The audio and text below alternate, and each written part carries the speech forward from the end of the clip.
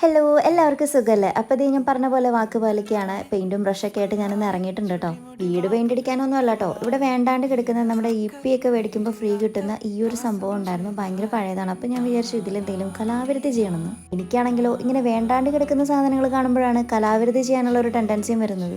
ഇങ്ങനെ ഇത് നമ്മുടെ അക്രിലിക് കളേഴ്സ് കൊണ്ട് പണി തുടങ്ങി കേട്ടോ. അക്രിലിക്കിൽ കുറച്ച് ഫെവിക്കോളും കൂടി മിക്സ് ചെയ്തിട്ടാണ് ഞാൻ ഈ പെയിൻറ്റ് ചെയ്യുന്നത് കേട്ടോ. ഫെവിക്കോൾ മിക്സ് ചെയ്തിട്ട് നമ്മൾ പെയിൻറ്റ് ചെയ്യുകയാണെന്നുണ്ടെങ്കിൽ അത് പെട്ടെന്ന് അടർന്ന് പോകാതെയൊക്കെ ഇരിക്കും. അപ്പോൾ അതിന് വേണ്ടിയിട്ടാണ് ഇങ്ങനെ ചെയ്യുന്നത്. അത് മാത്രമല്ല ഞാനതിൽ വെള്ളം ഒഴിച്ചൊരു പോട്ടാക്കാനാണ് പോകുന്നത്. അതുകൊണ്ട് തന്നെ നല്ല രീതിയിൽ ഫെവിക്കോൾ മിക്സ് ചെയ്തില്ലെങ്കിൽ സംഭവം പണി പാളും കേട്ടോ.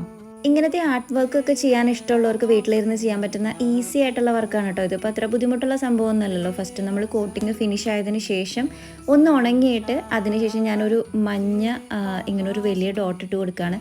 ശേഷം നമ്മുടെ ഇയർബഡ്സ് ഉണ്ടല്ലോ, അതുകൊണ്ട് ഇത് ഇങ്ങനെ പുള്ളി പുള്ളി ഇട്ട് കൊടുക്കുക. അപ്പോൾ എല്ലാവർക്കും വർക്ക് ഇഷ്ടമായെങ്കിൽ കമൻറ്റ് ചെയ്യണം കേട്ടോ.